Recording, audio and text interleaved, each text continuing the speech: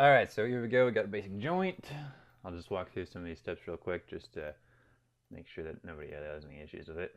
We're going to orient joints. We're going to open all these by hitting shift. Just toggle the local axis. Say we want to do it on the X negative, I think. X negative. Let's apply that and let's see how that works.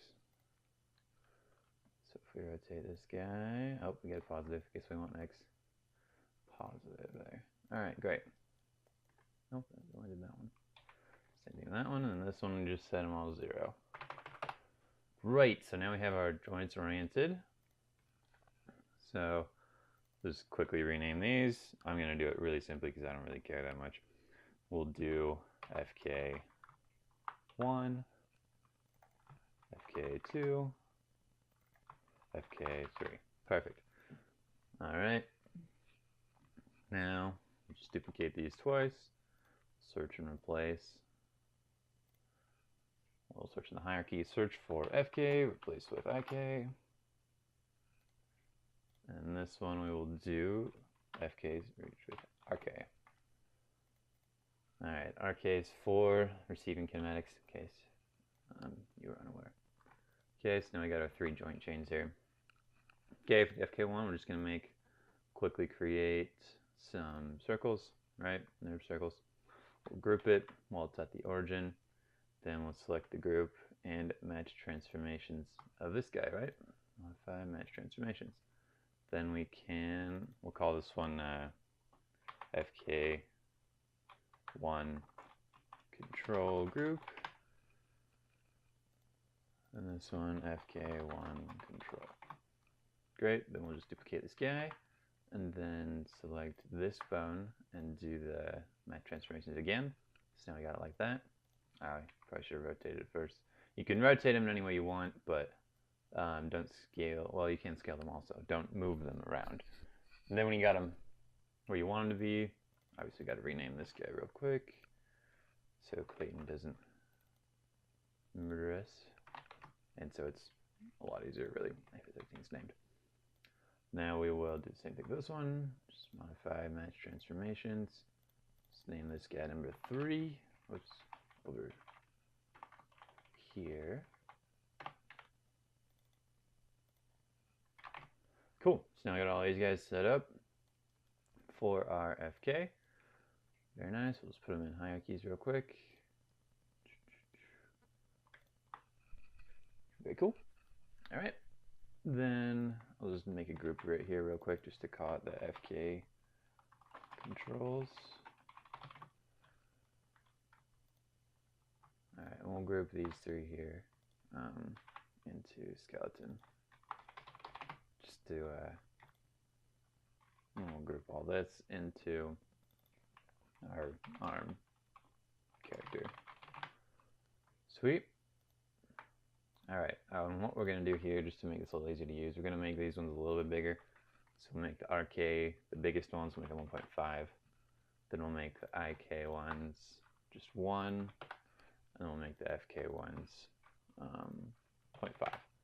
Then also what we can do is go into the display and go into drawing overrides, enable overrides, and then we got those ones selected, so we'll just change them to orange, but it only changes one at a time for some reason. So we'll change this one to orange, wherever that orange was. There's orange. I think it's a different orange, but whatever. Okay, so now we have 3 different kinds of orange there for that one. We'll do the same thing with IK. We'll just make it all the way to this side. The pink, that's too close to orange probably. We'll make it blue. Enable the overrides for this one. It's a little bit tedious, but it is helpful to have them be different colors. Especially later on when we get more complex rigs. I think that this will be very helpful. Make that one green. Cool. Oops.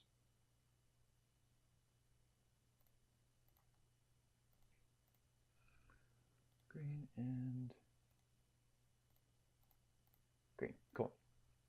Very nice. Now we can do the same thing with the controls here. If you want, I'm actually not really caring that much.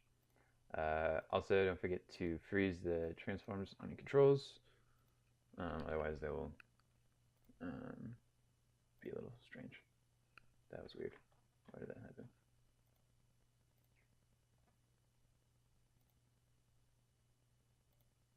Okay.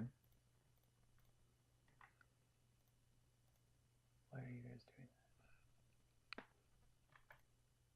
You shouldn't be moved at all.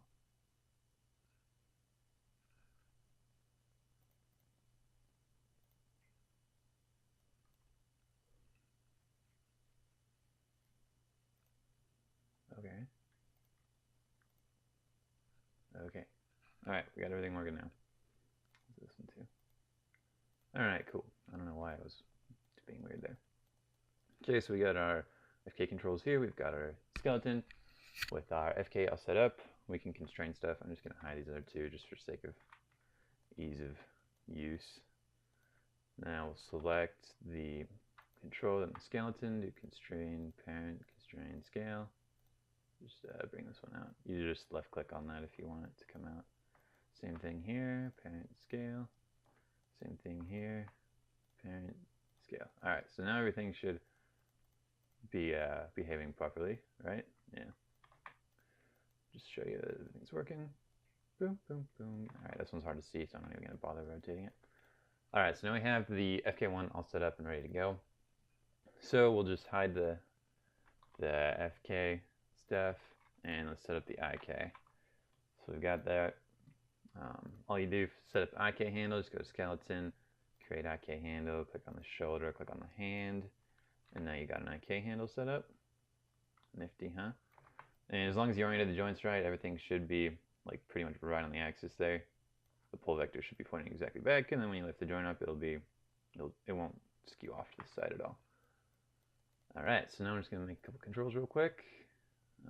Create nerves, circles, and we'll group it, and we'll call this one IK control 1 group. I don't know if that's the right way to put it, but whatever. Control 1. Okay. Sweet, and then we will duplicate this guy, and we can snap him up here. We can snap this guy because it's an IK, it doesn't matter as much if everything is not lined up perfectly. And 2, and 2. Alright, so now everything like that's lined up nicely. And we'll make one more duplicate and snap him to this one here. Then we will go into that edit mode and just make it look a little different. I know Clayton likes to do the flower thing, so we'll go for the flower thing. Oh wow, that did not work. But it works for me. We'll make it funky shape like that. Perfect. Now we can move. We will group this one again so that we can move it backwards like this, if that makes sense. This one. There. Move the group, not the actual control. PV control. And then we'll do IK PV all group. Something like that. Alright, great. Now I've got that. Select the IK handle and do constrain pull vector. So now if we move this guy around, it has the arm twist with it. Hopefully you can see that. It's not super visible. I should have picked a different color besides blue there. Okay, so now we have all those set up. Great. Oh, need to constrain stuff. My bad. So we do this to this, and we do a parent constraint, scale constraint. May not have value as expected. Maybe just do a point constraint. I don't remember. So now this one will follow it around. That did not do what I thought it would do. Why are you freaking out, my friend? Okay, let me back. Are you frozen, buddy? Are you frozen? Okay. Oh. I don't know if I selected the actual IK handle or not. I don't know if scale does anything. Yeah, I selected the joint. Sorry, guys. Alright, so now it works like that. And now we'll do the same thing up here, except for with the joint and the scale also. Okay, so now if we move this guy around, it does the same thing from the top. So on the bottom, you select the IK handle with control, and on the top, you select the control with the joint. So now the IK one is all set up as well. So to put this into the body, you would just parent the controls here, like this control with the body control, with whatever, the top spine control, however you want to do that. And the FK one is just put into a normal rig. All right. So now we've got the RK. We'll just hide the FK stuff here and review. Oh, let me group these ones first.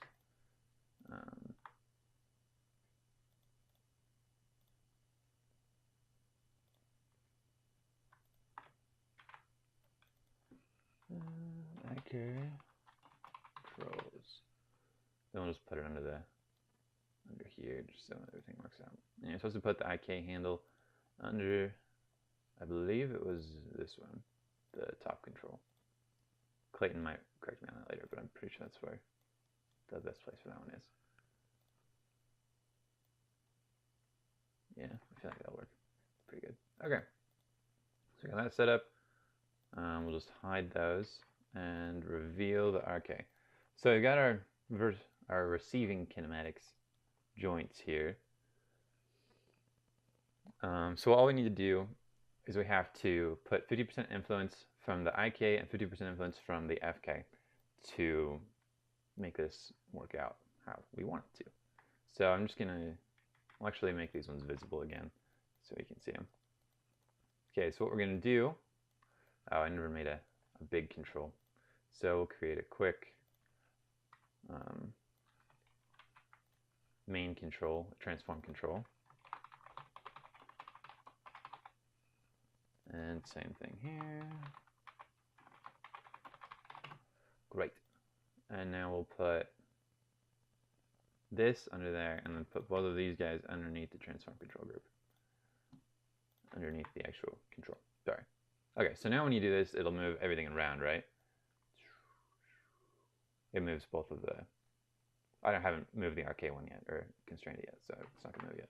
All right, so now we'll set up our set-driven key to actually make this work. So first thing we're going to do is constrain the receiving kinematics joint chain to these ones. So we're going to select the first two and then that one and do parent scale. So how that works is it takes the first two and then it constrains the third one, the last one you select based on the earlier selections, if that makes sense. So we're going to do the same thing with the middle joint and then the bottom joint. And then we just parent scale. Okay, so now what's happening is we've got our IK joint chain and our FK joint chain constraining the RK joint chain. So I'm going to show you what that means. So you see this here, we move the FK one over and we're constraining it and it goes halfway in between both of them because they're both constraining at 50% right now. So what we're going to do is make it so you can change it to constraining one or the other. So how we're going to do this is we're going to add a add attribute. So we have our transform control down here. It's just a big control that kind of, you can move the entire thing. So we're going to add an attribute. We're going to call this one IKFK. We're going to make sure to float, and we're going to put a minimum of 0, maximum of 1, and hit OK. We're going to add that on. Awesome. So now we got that set up. All right, so we have the IKFK here. We're going to open up, I had to click on it, sorry. Open in set-driven keys. And what we're going to do is we're going to load that as the driver. Then we want all of these to be the driven. So we're going to load them all up in here. Okay, so now we've got these guys down here, right? So on our IKFK, we'll click on this guy here. Look at our IKFK. So it's 0. We want our IKs to all be on and our FKs to all be off. So we're going to click on our first parent one here. We want our IK to be on. We got to click on here. IK on, FK off. So like that. And so they're both there. Then we want, on our scale, we want the same thing. We want our FK off, IK on. FK off, IK on. FK off, IK on. FK off, IK on. And FK off, IK on. Now we will select everything and do key it. Now you have to select the actual nodes and key them. So you gotta key that, and then key that, and then key that, and then key that, and then key that, and key that. Wonderful. Now we will go back to our transform control on our IK/FK and turn it to 1. So now all the FK will be on and the IKs will be off. So now we click on all these, we'll have to reverse all of them. So we want our FK on, our IK off, FK on, IK off, FK on, IK off, FK on, IK off, FK on, IK off, and FK on, IK off. Alright, now we gotta go through and key them all, because that's just how life works around here. They don't make it easy, because there's no scripts for this apparently, Clayton.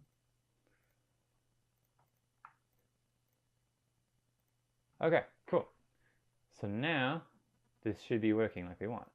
So here we just go here to the IK/FK, and it turns stuff on or off, right? So if it's on 1, certain versions of the constraints will work, and other ones won't. It moves everything, so it's just not going to work at all. So IK/FK, so if it's at 1, that means our FK is going to be the one doing stuff. So we'll grab our middle control here and rotate it. Oh, look at that. Sweet. So the elbow is moving like it should, and if we move the IK handle, we move the IK joint, but not the main one, right? The RK control. So another thing we can do here is we'll open up our set driven keys again. Whoops. On the connection editor, we want this guy.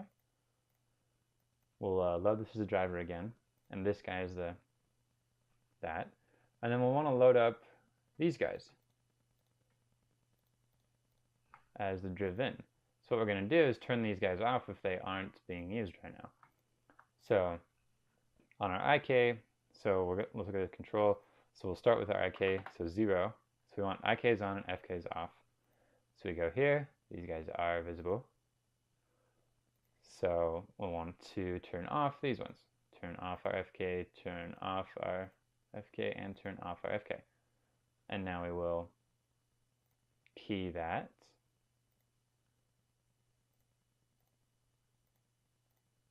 Key them all, even these ones. Okay, now we'll switch it, click back on this guy, and turn our IK/FK to 1. And now we'll just go back into here and switch all these ones. So your visibility needs to be off, yours needs to be off, yours needs to be off, yours needs to be on, yours needs to be on, and yours needs to be on. So now we can just go back through and key them all.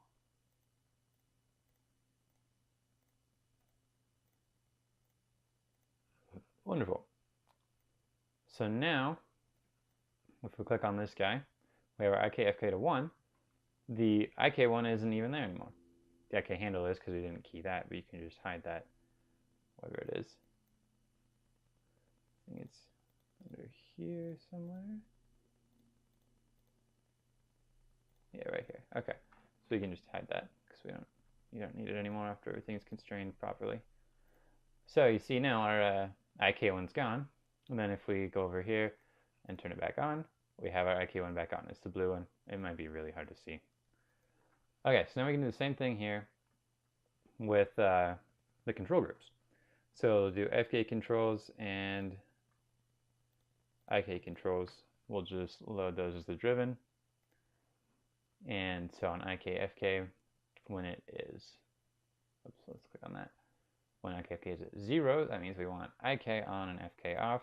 So we'll click here, turn the visibility off for the FK controls, and the IK visibility is on. Then we'll click back on here, switch that to 1 so the FK is on and IK is off. Let's turn on our FK, turn off our IK, key both of those, and now everything should work really nice. So right now on FK, we turn it off, it switches to our IK controls. Just like that.